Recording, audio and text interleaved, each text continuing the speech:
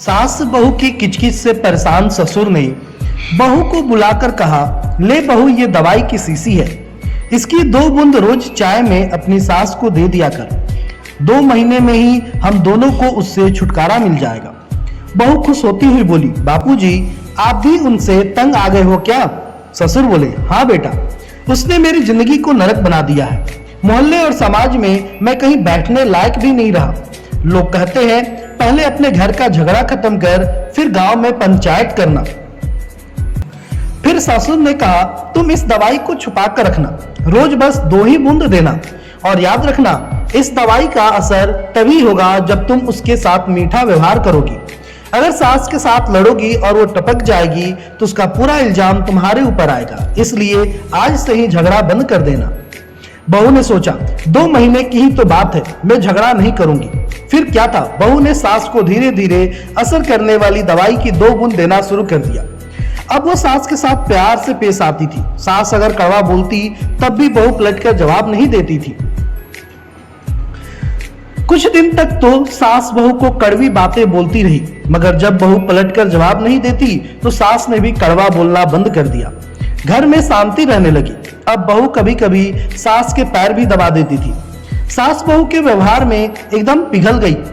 एक दिन जब बहू सास के पैर दबा रही थी तब सास बोली, तू तो बहुत अच्छी है रे, मैं ही गलत थी, इधर आ, तेरी चोटी बना दूं।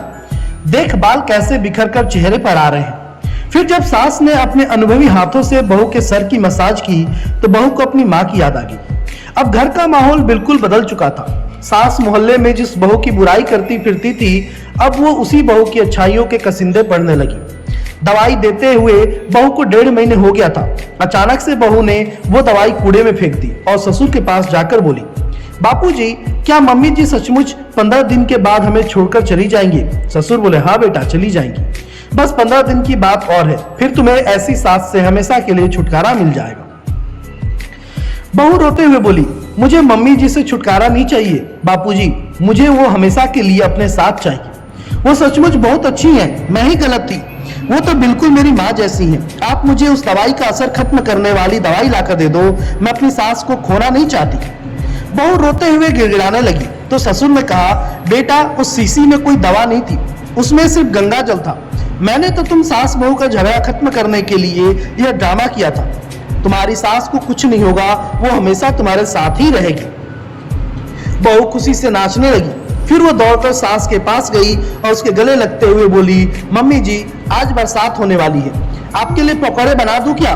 सास बोली, हाँ बेटा, बना दे, और एक लहसुन की पोथी मुझे लाकर दे दे, मैं छिल देती हूँ। सास बहू का प्यार देखकर ससुर ने भगवान को धन्यवाद किया कि मालिक ऐसे ही अपनी कृपा दृष्टि बनाए रखना। कहानी अच्छी लगे तो शेयर करें और बेहतरीन कहानी के लिए मेरे पेज को लाइक फॉलो करें। धन्यवाद दोस्तों।